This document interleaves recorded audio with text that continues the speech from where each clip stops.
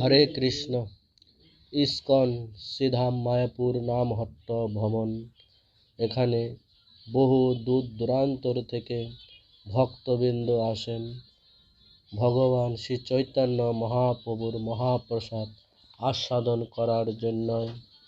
শ্রীধাম মায়াপুর প্রতিদিন কমপক্ষে 20,000 ভক্তবৃন্দ মহাপ্রভুর মহাপ্রসাদ আস্বাদন করেন।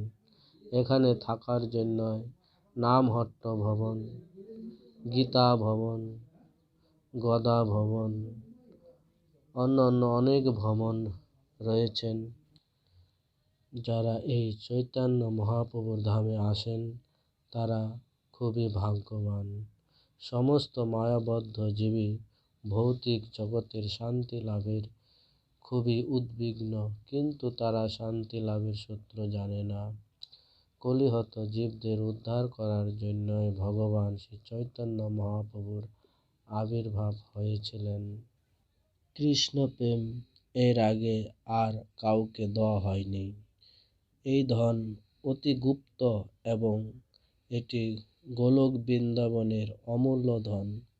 বর্তমান শ্রীকৃষ্ণ শ্রী গৌরাঙ্গ মহাপ্রভু রূপে অকাতরে সবাইকে হরে কৃষ্ণ মহামন্ত্রের মাধ্যমে কৃষ্ণ প্রেম বিতরণ করেছেন।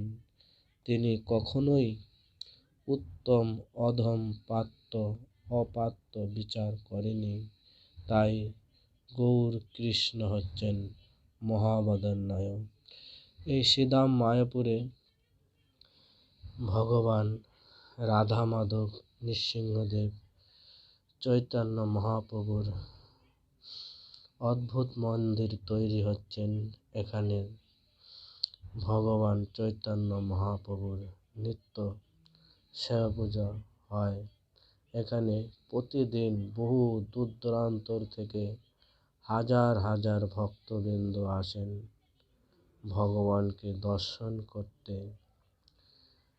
এবং তাদের